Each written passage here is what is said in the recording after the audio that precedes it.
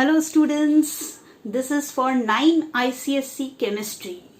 My book Sure Short Question Bank launching soon for 9 ICSE Chemistry. So this video I have made for my dear and very dear 9 ICSE students. Hello children, how are you?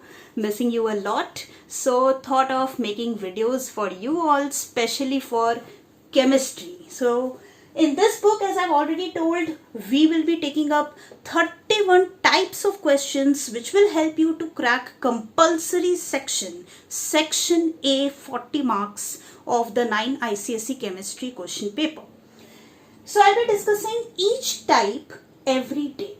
Type 1 is fill in the blanks. In my book, I have written more than 70 fill in the blanks. It is not possible for me to take up all because this is a short video. So I'll be taking up only 5 important questions which I feel will just brush up your concepts which you have studied till now.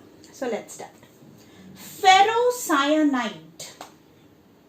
Ferrocyanide is a dash valent radical. ये सब numericals आप कैसे करेंगे? अगर आपको याद है तो आप डायरेक्टली आंसर लिख सकते हो बच्चों, no doubt, but you know I will just tell you a trick in case you forget. Ferro means ferrous. Now ferrous is +2, okay, and cyanide is Cn and that is -1. Ferrocyanide में बच्चों FeCN6 होता है जो उसका formula है. अब इसको आपको कैसे पता चलेगा इसका चार्ज क्या है? तो Fe का +2 और Cn is -1 into 6. So +2 - 6 is how much, children? +2 - 6 is -4. Okay. So see, -4. So this is a tetravalent radical. ठीक है? टेट्रा. साइन इंपॉर्टेंट नहीं है फिल इन द ब्लैंक्स के लिए ना. तो फिर अगर फेरिसाइनाइड होता तो फेरिक आयन लेते तो +3 होता वहां, तो +3 - 6 -3 हो जाता, तो वहां पे वो ट्राइवैलेंट हो जाता. तो remember children, ferricyanide is trivalent and ferrocyanide is tetravalent. This is from the first chapter language of chemistry. Very important question which will brush up your concept about valency. Oxidation involves dash of electrons, reduction involves dash of electrons. इसमें मैंने पहले ही आपको एक trick बता रखा है, oil rig. Oxidation is loss. Oxidation is loss. Reduction is gain. आप ये निमोनिक याद रखोगे ना. Oxidation is loss, reduction is gain of electrons. तो देखिए, ऑक्सीडेशन इज, अपने आप यहां से क्वेश्चन सॉल्व हो गया. देखिए, oxidation involves loss of electrons, reduction involves gain of electrons.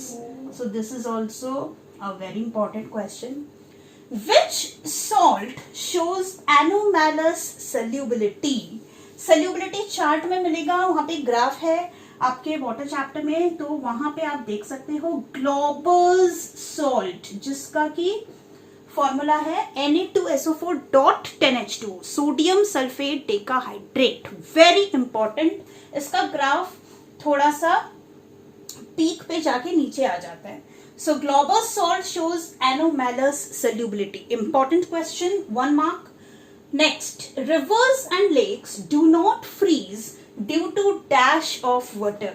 ये आपने बचपन से पढ़ रखा है, हर क्लासेस में आ रही हैं क्वेश्चन कि ये वाटर का एक अनयूजुअल बिहेवियर है, इंपॉर्टेंट प्रॉपर्टी है, एनोमैलस एक्सपेंशन.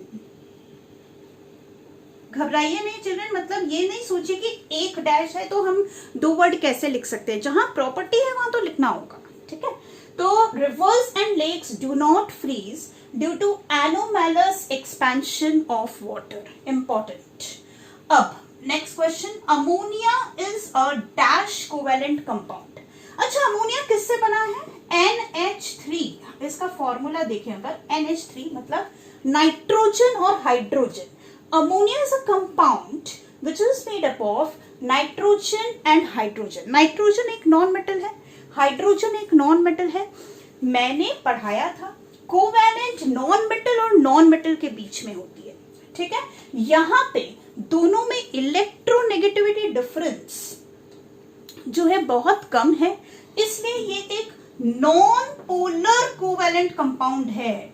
इंपॉर्टेंट, जब इलेक्ट्रोनेगेटिविटी डिफरेंस दो नॉन मेटल की बहुत कम होगी तो वहां पे नॉन पोलर, पोलैरिटी डेवलप नहीं होगा, वो नॉन पोलर कोवैलेंट कंपाउंड होगा. दूसरी बात यह है कि दोनों ही नॉन मेटल है, शेयरिंग हो रही है, तो कोवैलेंट कंपाउंड है. ठीक है, तो इस तरह से आप इन क्वेश्चंस को और प्रैक्टिस कर सकते हो. And even if you take up 5 questions every day children, सिर्फ 5 क्वेश्चन करो अपने फ्री टाइम में, सोने के पहले सिर्फ ये 5 क्वेश्चन देख लो, आपका कंपल्सरी सेक्शन पक्का होता जाएगा. Trust me children, I want you to score 80 out of 80 in chemistry. All the best. Thank you.